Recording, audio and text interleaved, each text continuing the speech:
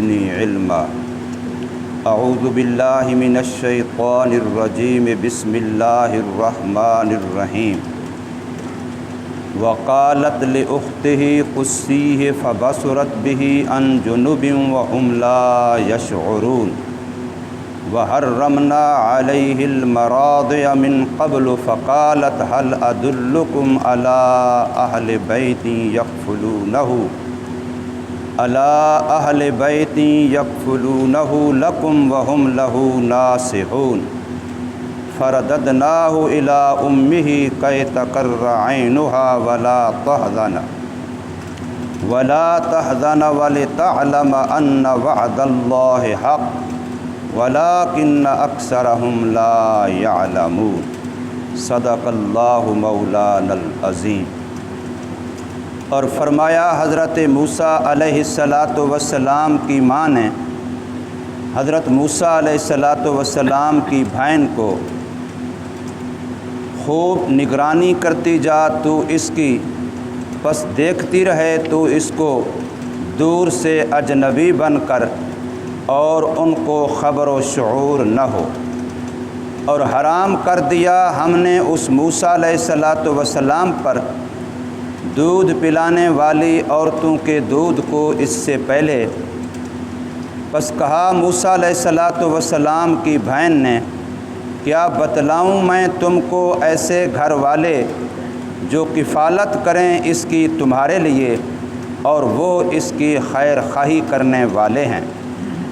پس واپس لوٹا دیا ہم نے اس موسیٰ علیہ السلام کو اس کی ماں کی طرف، تاکہ ٹھنڈی ہوں اس کی آنکھیں اور وہ غمگین نہ ہو، اور تاکہ جان لے وہ کہ بے شک اللہ کا وعدہ سچا ہے، لیکن اکثر لوگ نہیں جانتے۔ سورہ قصص کی آیت نمبر 11، 12 اور 13 آپ حضرات کے سامنے پڑھی گئیں اور ترجمہ ہوا ہے۔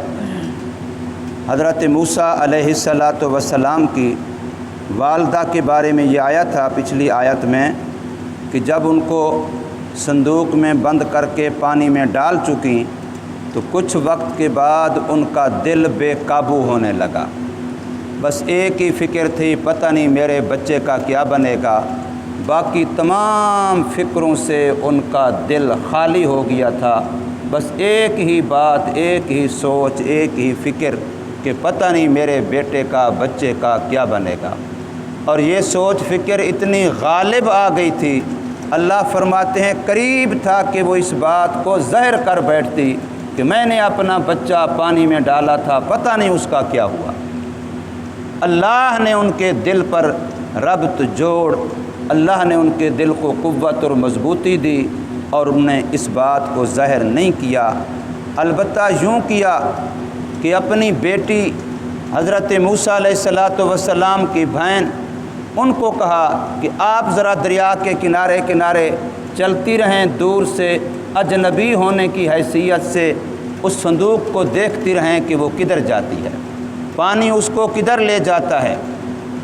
چلو کچھ نہ کچھ اس کی نگرانی کرتی رہیں، لیکن اجنبی بن کے دور سے، کسی کو پتہ نہ چلے کہ آپ اسی کو دیکھ رہی ہیں، اسی کے لیے چل رہی ہیں۔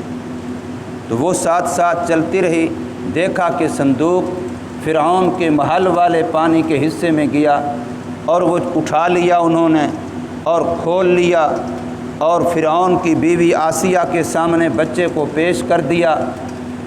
پیش کر چکنے کے بعد اب ظاہر معصوم بچہ ہے، تو سب سے پہلے تو یہ فیصلہ کیا کہ اس کو قتل نہیں کرنا، اللہ پاک اس کو ہمارے لیے کسی نفع فائدے کا ذریعہ بنائیں گے۔ اور پھر اگلا مرحلہ یہی تھا کہ اب اس کے لیے کسی دودھ پلانے والی کا انتظام کیا جائے، کسی کفالت کرنے والی کا انتظام کیا جائے، سنبھالنے والی کا، پالنے والی کا انتظام کیا جائے۔ اب جتنی عورتیں بلائی گئیں دودھ پلانے کے لیے، بچے کو سنبھالنے کے لیے، جو بھی آتی ہے بچہ کسی کا دودھ نہیں پیتا۔ یہ بچی جو بہن تھی حضرت موسیٰ علیہ السلام کی، یہ بھی وہیں موجود ہے، دیکھ رہی ہے سارا ماجرا۔ اب وہ بہت پریشان ہوئے کہ بچہ ہے، کسی کا دودھ نہیں پی رہا، اب اس کے بغیر تو اس نے زندہ نہیں رہنا، اور کوئی خوراک استعمال کرنے کھانے کے تو ابھی قابل ہے نہیں۔ تو جب ان کو فکر مند دیکھا تو اس بچی نے موقع مناسب سمجھ کے بولا کہ میں ایک ایسا گھر جانتی ہوں کہ اس گھر والے اس بچے کی کفالت تمہارے لیے کریں گے اور وہ اس کے بڑے خیر خواہ بھی ہیں۔ اب بعض روایتوں میں آتا ہے، ابو داؤد شریف میں غالباً یہ روایت ہے حضرت عبداللہ بن عباس رضی اللہ عنہ سے کہ بعض عورتیں بڑی چونک گئیں کہ آخر بچی نے یہ بات کیسے کہہ دی کہ وہ اس کے خیر خواہ بھی ہیں، کفالت بھی کریں گے، کہیں ایسا تو نہیں کہ یہ بچہ انہی کا ہو، یہ عورت یہ بچی اس کو جانتی ہو۔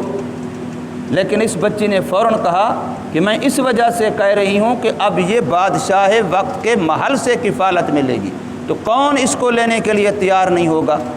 یہاں سے تو اعزاز و اکرام ہوگا، مالی منفعت ہوگی، بادشاہ کی قربت ملے گی، تو ان فوائد کی بنا پر میں کہہ رہی ہوں کہ ایک غریب گھرانہ ہے، وہ تو بڑی خوشی خوشی اس کی کفالت کریں گے، چونکہ نسبت بادشاہ کی طرف ہو گئی ہے، وقت کے بادشاہ سے ان کو بچہ مل رہا ہے، ظاہر اس کے ساتھ ان کو دنیاوی فوائد حاصل ہوں گے، میں اس وجہ سے کہہ رہی ہوں۔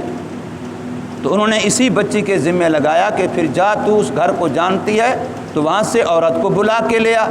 اب یہ گئی، اس نے جا کر کے پہلے امی کو سارا ماجرا بتایا کہ اب تک راز آؤٹ نہیں ہوا، لیکن یہ بات ہوئی، میں نے ان کو یہ کہا۔ تو اب وہ ان کی ماں آئی اور جو ہی آئی بچے کو اٹھایا تو بچہ فوراً دودھ پینے لگ گیا۔ اب ان کا تقاضا تھا کہ آپ یہاں رہ کر کے بچے کو دودھ پلاتی رہیں، آپ کے اخراجات ہم برداشت کرتے ہیں، لیکن اس نے کہا کہ میرا گھر ہے، میرے اور بھی بچے ہیں، میں تو بچوں والی ہوں، میں یہاں اپنا سارا وقت نہیں دے سکتی، میں اپنا گھر نہیں چھوڑ سکتی۔ تو پھر انہوں نے کہا ٹھیک ہے آپ بچہ لے جائیں، کبھی کبھی آپ لے آیا کریں، اس کو ہمیں دکھا جایا کریں۔ ویسے بھی تاریخ کے حوالے سے جو بات ملتی ہے، جیسے مکے والوں کا رواج تھا، وہ بچوں کی کفالت اپنے گھر سے باہر کرواتے تھے۔ جیسے کہ آپ نے یہ بات تو بار بار سنی کہ سرکار مدینہ صلی اللہ علیہ وسلم کی ولادت مبارک کے زمانے میں بھی دائیاں باہر سے دیہاتوں سے مکے میں آتیں اور مکے شہر میں دیکھتیں، جہاں جس گھر میں کوئی بچہ بچی ہوتی تو وہ اس کو اپنے ساتھ لے جاتیں اور دیہات کے ماحول میں اس کی پرورش ہوتی، کبھی کبھار ماں باپ کو ملانے کے لیے لے آتیں، اور یوں وہ بچہ جب تک 4-5 سال کا ہوتا اس وقت تک وہ دیہات کے ماحول میں رہتا۔ عرب کے ہاں یہ دستور تھا، تو مصر میں بھی یہی دستور ہوگا، یہ بھی ایک وجہ تھی، اس لیے بچہ انہوں نے حضرت موسیٰ علیہ السلام کی ماں کے حوالے کر دیا۔ اب اللہ تبارک و تعالیٰ فرماتے ہیں کہ یہ سارا جو اللہ نے ایسا نظام بنایا، یہ سارا خدا کا غیبی نظام جو حرکت میں آیا، اصل اللہ کے اس وعدے کو سچا کرنا تھا کہ یہ آپ کا بچہ آپ کی گود میں ہم واپس لائیں گے۔ تو اللہ نے اپنا یہ وعدہ سچ کر دکھایا۔ تو فرمایا جا رہا ہے وقالت لأختہ، حضرت موسیٰ علیہ السلام کی امی نے حضرت موسیٰ علیہ السلام کی بہن سے فرمایا قصی ہے، آپ اس کی خبر گیری کرتی جائیں، آپ اس کی نگرانی کرتے جائیں، فبصرت بہ، بس اس کو دیکھتی چلی جائیں، ان جنوبن، دور سے اجنبی بن کے، وہم لا یشعرون، اور ان کو یعنی لوگوں کو شعور اور خبر نہ ہو کہ آپ اسی صندوق کی نگرانی کر رہی ہیں۔ وحرمنا علیہ المراضع، اور جب یہ بچہ وہاں دودھ پلانے کے لیے اس کی دائیہ تلاش کرنے کی کوشش کی گئی تو قرآن مجید فرماتے ہیں حرمنا علیہ، ہم نے حرام کر دیا، اللہ فرماتے ہیں ہم نے حرام کر دیا، ہم نے روک دیا، ہم نے بچے کو کسی اور کی طرف متوجہ ہونے سے، باوجود ہے کہ بھوک تو تھی، پیاس تو تھی، ضرورت تو تھی، لیکن پھر بھی اللہ فرماتے ہیں ہم نے اس معصوم بچے پر حرام کر دیا ہے المراضع، کسی بھی دودھ پلانے والی عورت کا دودھ، من قبل، اس سے پہلے، یعنی جب تک ماں کی گود میں نہیں آئے گا کسی اور کا دودھ نہیں پیے گا۔ فقالت، بس فرمایا اس حضرت موسیٰ علیہ السلام کی بہن نے فرعون کے محل والوں کو، جو بچے کے لیے دودھ پلوانے والی عورت تلاش کر رہی تھی، هل ادلکم علی اہل بیت، کیا نہ رہنمائی کروں میں تمہاری ایسے گھر والوں پر، یکفلونہ، جو اس بچے کی کفالت کریں گے، وہ اس کو پالیں گے پولیں گے، اس کی ضروریات کا خیال کریں گے، لکم، اور یہ سارا کام تمہارے لیے کریں گے، تمہارے کہنے پہ کریں گے، تمہاری ضرورت سمجھ کے کریں گے، لکم وہم لہو ناصحون، اور وہ سارے اس کے بڑے خیر خواہ ہیں، وہ اس کے لیے نصیحت و خیر خواہی والے ہیں۔ فرددناہ الی امہ، بس واپس لوٹا دیا ہم نے اس بچے کو اس کی ماں کی طرف، کیوں؟ کہ تقر عینھا، تاکہ اس ماں کی آنکھیں ٹھنڈی ہو جائیں۔ اب اگر یہ نقطہ ہمیں سمجھ آ جائے کہ ہماری امی سے ملاقات کرنے سے، امی کے پاس بیٹھنے سے ہماری امی کی آنکھیں ٹھنڈی ہوتی ہیں، تو پھر ہم گپ شپ دوستوں کے ساتھ لگائیں گے یا امی کو وقت زیادہ دیں گے؟ آج بوڑھے ماں باپ بیچاروں کو سب سے بڑا شکوہ یہ ہوتا ہے کہ ہمارے بچے ہمیں وقت نہیں دے پاتے، ان کو وقت ہی نہیں ہے ماں باپ کے پاس بیٹھنے کے لیے، اچھے نیک بچوں کو بھی وقت نہیں ہے۔ ویسے تو کچھ ایسے ہیں جو بیٹھنا پسند ہی نہیں کرتے کہ جی وہ بوڑھے ہیں ان کا مزاج ہی اور ہے، ہم جوان ہیں ہمارا مزاج ہی اور ہے، طبیعت ہی نہیں ملتی، بس ایسے چلتے چلتے پوچھ لیا امی ٹھیک ہو، ابو ٹھیک ہو، بس میں نے آپ کو دوائی لا کے دے دی، میں نے آپ کو کھانا مل گیا نا آپ کو، بس ٹھیک ہے۔ یہ ہم نے سمجھا کہ ہم نے بڑا تیر مار لیا، ماں باپ کا حق ادا کر دیا۔ بھئی آپ کا کوئی کام نہیں ہے، آپ اس کو مستقل کام سمجھیں کہ میں نے ابو کو وقت دینا ہے، میں نے امی کو وقت دینا ہے، ان کے پاس بیٹھیں، اپنے آپ کو ان کے درجے میں اتار دیجئے، ان کو اپنے مرتبے میں نہ لائیے، اپنے آپ کو اس درجے میں اس لیول میں اتاریے، ان سے اسی لیول کی باتیں کیجئے۔ کوئی فائدہ بھی آپ کو ان باتوں میں نظر نہ آئے، صرف ان کا جی بہلانا کیا یہ تھوڑا فائدہ ہے؟ انہی کو خوش کرنا کیا یہ تھوڑا فائدہ ہے؟ اس لیے کہ تقر عینھا، اپنے ماں باپ کی آنکھیں ٹھنڈی کرنے کے لیے، جب بچہ ماں کی گود میں آ رہا ہے، ماں کی آنکھیں ٹھنڈی ہو رہی ہیں، تو ہم اپنے امی کے ابو کے پاس بیٹھیں گے۔ حدیث پاک ہے، ویسے تو حضور نے فرمایا میں نے تمہیں قبروں کی زیارت سے روکا تھا، لیکن اب میں تمہیں حکم دے رہا ہوں فزوروہا، قبروں کی زیارت کیا کرو، اس سے نصیحت ہوتی ہے، عبرت ہوتی ہے، موت کی یاد آتی ہے۔ لیکن خصوصی طور پہ ماں باپ کے بارے میں فرمایا کہ جن کے والدین فوت ہو جائیں تو ہفتے میں ایک دفعہ ان کی قبر پہ ضرور جائیں، یہ ان کا حق ہے۔ لیکن ہم لوگ ہیں کہ ہمیں دوستوں سے، ہمیں اپنے کام کاج سے، دنیا سے وقت ہی نہیں ملتا، باقیوں کے پاس کئی گھنٹے گزر جائیں گے، راتوں کو 1 بجے تک بیٹھے ہیں، وہ جی ہمارے اپنے دوست ہیں وہاں ہم گپ شپ بیٹھ کے لگاتے ہیں۔ تو یہ گپ شپ کبھی اپنے ابو کے پاس بیٹھ کے بھی تو لگا لیتے، کبھی اپنی امی کے پاس بیٹھ کے بھی ان کا جی بہلا لیتے، لیکن اس کے لیے ہمارے پاس وقت نہیں ہے۔ تو قرآن مجید کہہ رہا ہے کہ تقر عینھا، اس بچے کے ماں کے پاس آنے سے ماں کی آنکھیں ٹھنڈی ہو گئیں۔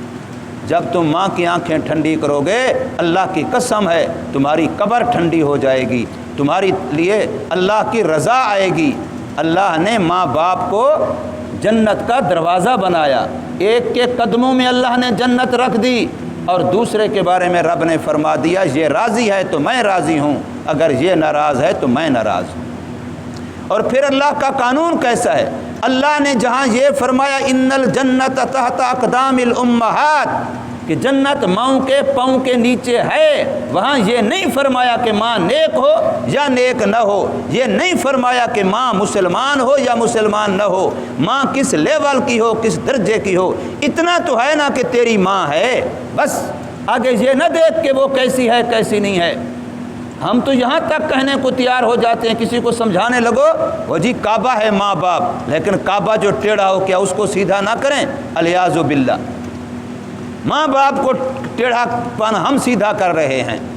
ذرا سوچ تو صحیح اپنے بچپن کو کہ جس وقت تو گندگی میں لت پت پڑا ہوتا، تیری فکر کون کرتی؟ تیرے کپڑوں کی فکر کون کرتی؟ تیرے جسم کا فکر کون کرتی؟ اپنے سے پہلے تیرے لیے کھانے پینے کا فکر کون کرتی؟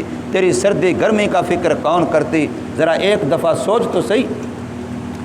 اس لیے باپ کے بارے میں بھی اللہ نے یہی فرمایا کہ باپ راضی تو رب راضی، اس میں بھی کہیں یہ لفظ نہیں ملے گا کہ والد مومن کہ مومن باپ راضی تو رب راضی، کہیں نہیں ہے، مطلقاً باپ کا لفظ ہے۔ والد راضی تو رب راضی، والد کے ساتھ نہیں ہے کہ وہ والد نیک ہے وہ والد فلاں ہے، وہ والد فلاں ہے، نمازی ہے یا بے نمازی، اس کا کوئی معاملہ وہ اس کے حوالے ہے، تیرا تو باپ ہے نا۔ ساری دنیا تجھے کہے کہ باپ میں یہ مسئلہ، یہ مسئلہ، یہ مسئلہ، تیرا باپ ایسا، تیرا باپ، تجھے پتہ بھی ہو، پھر بھی تو سمجھ کہ میرے لیے سب سے بہتر یہی ہے، میرے لیے سب سے بہتر میری امی ہے اور میرے لیے سب سے بہتر میرا ابو ہے۔ جب یہ نقطہ ہمیں سمجھ آئے گا، ہم اپنے ماں باپ کی خدمت کریں گے، ان سے محبت عقیدت کریں گے۔ اتنی بات تو ہے آخر کہ اللہ فرماتے ہیں تم کچھ بھی نہ کرو، صرف محبت کی نگاہ سے ان کو دیکھ لو، تمہیں حج عمرے کا ثواب دوں گا۔ کہنا آسان ہے، اللہ فرما رہے ہیں، جس نے ثواب دینا ہے وہ ذات فرما رہی ہے کہ تم کچھ بھی نہ کرو، صرف پیار سے ابو کو دیکھ لو، پیار سے امی کو دیکھ لو، ایک محبت کی نگاہ دیکھ تو لو، کچھ بھی نہ کرو، تمہیں حج اور عمرے کا ثواب دوں گا۔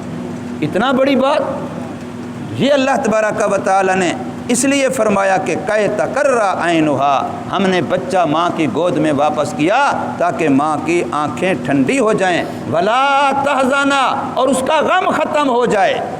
ماں باپ بڑے دکھی ہوں جب بچے آ جائیں اور ماں باپ کے ساتھ لپٹ جائیں، اس کے قدموں میں بیٹھ جائیں، ماں باپ کے آگے پیچھے بیٹے بیٹیاں بیٹھ جائیں، ماں باپ کا غم ختم ہو جاتا ہے، ان کی پریشانیاں ختم ہو جاتی ہیں، ٹینشن ختم ہو جاتی ہے، ڈپریشن ختم ہو جاتی ہے۔ تو ماں باپ کو خوش کرنے کے لیے ان کو وقت دینا ضروری ہے کہ بندہ ان کے پاس اٹھے، ان کے پاس بیٹھے۔ وَلِتَعْلَمَ، اور فرمایا تیسرا فائدہ یہ، اور تاکہ جان لے وہ موسیٰ علیہ السلام کی امی، ان وعد اللہ حق، کہ بے شک اللہ کا وعدہ سچا ہے، کہ اس نے فرمایا تھا اے عورت تو میرے بھروسے پہ اس کو دریا میں ڈال دے، تو میرے بھروسے پہ اس کو پانی کے حوالے کر دے، پھر میرا وعدہ ہے کہ میں تیری گود میں واپس لاؤں گا۔ تو اللہ جنوانا چاہتے تھے کہ میرا وعدہ سچا ہے۔ اللہ ہمیں اپنے وعدوں پر یقین نصیب فرمائے، اللہ ہمیں اپنے وعدوں پر، ایمان نام ہی یاد رکھیے اللہ پر یقین کا ہے، اللہ کے وعدوں پر یقین، کہ نماز پہ یہ ملتا ہے، تلاوت پہ یہ ملتا ہے، اشراق پہ یہ ملتا ہے، سچ میں برکت ہے، حلال میں برکت ہے، سچ میں نجات ہے۔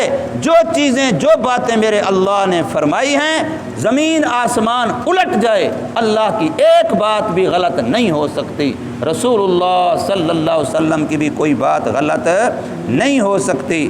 اس لیے فرمایا تاکہ وہ موسیٰ علیہ السلام کی امی اس بات کو جان لے، ان وعد اللہ حق، کہ بے شک اللہ کا وعدہ سچا ہے۔ اگلا جملہ بڑا ہمارے ضمیر کو جھنجھوڑنے کا ہے۔ قرآن کہتا ہے اس عورت کو تو یہ ہے کہ وہ جان لیا اس نے، پہلے بھی اس کو یقین تھا تبھی تو ڈالا نا، اس کو اللہ کے وعدے پہ یقین تھا تبھی تو ڈالا نا۔ تو اب اللہ اس یقین کو جو پہلے غیبی تھا، اب اس کو اللہ علم الیقین بنانا چاہتے ہیں، مشاہدہ ہو جائے گا کہ رب نے واقعی کر کے دکھایا ہے۔ لیکن اللہ شکوہ فرماتے ہیں وَلَٰكِنَّ أَكْثَرَهُمْ لَا يَعْلَمُونَ، لیکن اکثر لوگ اس کو نہیں جانتے کہ رب کے وعدے سچے ہیں، اکثر اس بات کو جانتے نہیں ہیں، ان کو علم الیقین نہیں ہے، وہ اوپر اوپر سے کہتے ہیں اللہ سچا، اللہ کے وعدے سچے، دل سے نہیں کہتے۔ دل سے پیسے پر یقین ہوتا ہے، اسباب پہ یقین ہوتا ہے، رب کے وعدے پہ یقین ہوتا تو پھر وہ کرتے جو میرا اللہ فرماتا ہے۔ اس لیے فرمایا وَلَٰكِنَّ أَكْثَرَهُمْ لَا يَعْلَمُونَ، یہ جمہور کی بات ہو رہی ہے، اکثریت کا حال تو یہ قرآن بار بار کہتا ہے، اکثریت تو دوسری طرف جانے والی ہے، حق والے ہمیشہ تھوڑے ہوتے ہیں، صحیح اور سچے لوگ ہمیشہ تھوڑے ہوتے ہیں۔ اس لیے اسلام میں گنتی نہیں ہے، اسلام میں تول ہے۔ تو فرمایا لیکن اکثر لوگ نہیں جانتے۔ ایک نقطہ سمجھیں، حضرت موسیٰ علیہ السلام کو اللہ نے پیدائش کے وقت سے ان کی ماں کو کہہ دیا یہ رسول ہے، صاحب شریعت نبی ہے۔